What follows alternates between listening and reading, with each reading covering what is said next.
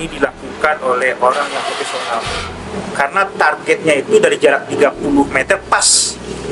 Memang dia target kaca supaya berbunyi begitu. Saya akan menceritakan tentang seputar pilkada ya di Sumatera Barat tentunya ya. Ada banyak kejadian yang aneh di seputar pilkada 2024 ini. Tapi ada yang lebih aneh lagi nih terjadi di Solok Selatan. Halo bro, assalamualaikum warahmatullahi wabarakatuh. Kembali lagi dengan saya Dafan Mulifa di Mulifa Channel.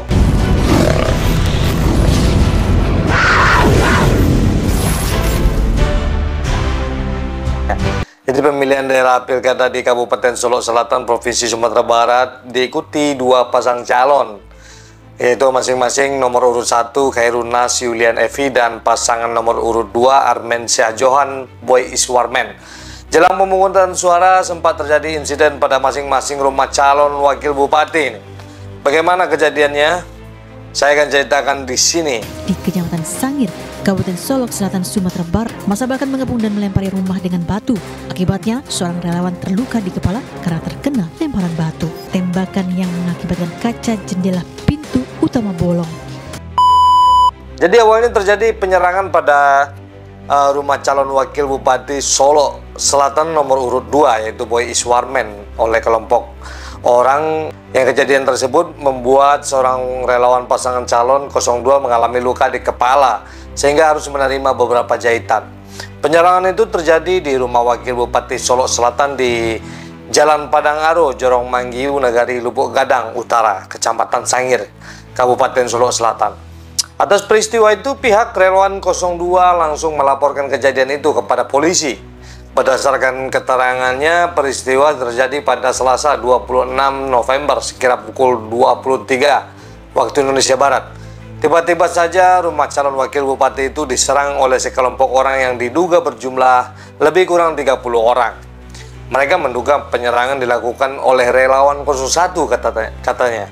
Nah, mereka menyerang rumah dengan batu dan merusak mobil milik relawan 02. Tak hanya dirusak, mobil tersebut juga dibawa kabur katanya. Ini kan aneh sekali kan. Nah, dalam video tampak kaca rumah pecah, ya kan. Sementara di beberapa bagian terlihat rusak dan berantakan. Sejumlah batu juga terlihat di dalam rumah tersebut. Selang beberapa jam, Wakil Bupati Solok Selatan yaitu Yulian Evi yang kembali maju sebagai calon wakil bupati di Pilkada 2004 juga mendapat teror berupa penembakan 2 kali. Tembakan memecahkan kaca rumah dinas Yulian Evi. Dan menurut pihak kepolisian, dugaan penembakan ini terjadi 1 jam setelah keributan terjadi di rumah kandidat calon wakil bupati Boy Iswarmen, ya kan? Calon yang satunya lagi. Keterkaitan kedua kasus ini sedang diselidiki polisi sampai saat ini. Jadi kuasa hukum Yulian Evi, Suhari Izal, mengatakan penembakan itu menjadi efek menakutkan bagi pejabat negara. Ini dilakukan oleh orang yang profesional katanya, karena targetnya itu dari jarak 30 meter pas. Memang dia target kaca berbunyi kan. Ini dilakukan oleh orang yang profesional. Karena targetnya itu dari jarak 30 meter pas. Memang dia target kaca supaya berbunyi begitu. Dan kedua kaca itu tampak terang bolong. Nah, lalu yang kedua, dari proyektil yang kami ketahui, ini tidak senapan angin. Ini sejenis shotgun. Artinya adalah ini kalau ditemukan pelakunya tentu mesti diidentifikasi berizin atau tidak. Nah, kemudian yang ketiga, yang diserang ini bukanlah rumahnya pasangan calon. Ini adalah rumah negara. Ini adalah rumah dinas. Ini rumah dinas wakil bupati.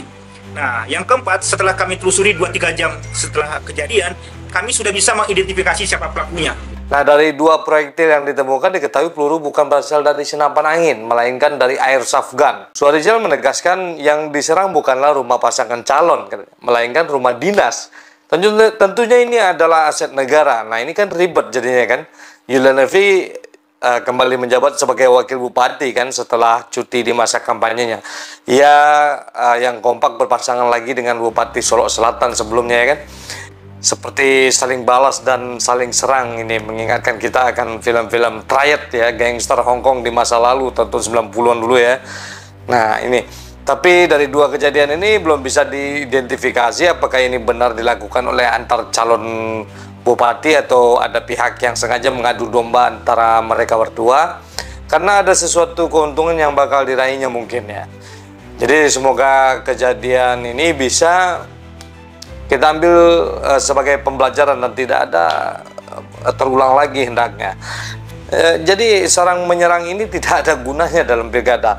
Siapapun yang akan terpilih dalam pilkada, siapapun yang akan menjadi pemimpin, itu pasti putra daerah yang terbaik yang akan membangun negeri kita gitu. Jadi nggak usahlah saling serang. Ini bukan perebutan kekuasaan, bukan perebutan seperti zaman kerajaan dulu. Buat apa? Buat apa kita harus saling serang gitu kan? Jangankan saling serang sampai ada tembakan atau lempar batu dan segala macamnya. Saling serang mengatang-hatai saja itu udah nggak benar. Dalam pilkada ini jika ada yang kalah itu berarti kita harus legowo dan menerima keputusan yang terjadi, karena banyaknya pemilih yang memilih lawan kita mungkin ya. Ya, jadi yang menang pun jangan pernah memanas-manasi orang yang kalah itu loh. Jadi kalau bisa kita saling kompak, saling menyatu. Setelah pilkada ini kita kembali seperti sedia kala. Oke, seperti biasanya majulah Minangkabau, majulah Indonesia bersama saya Dafan Mulifa, selalu di Mulifa Channel. Assalamualaikum warahmatullahi wabarakatuh.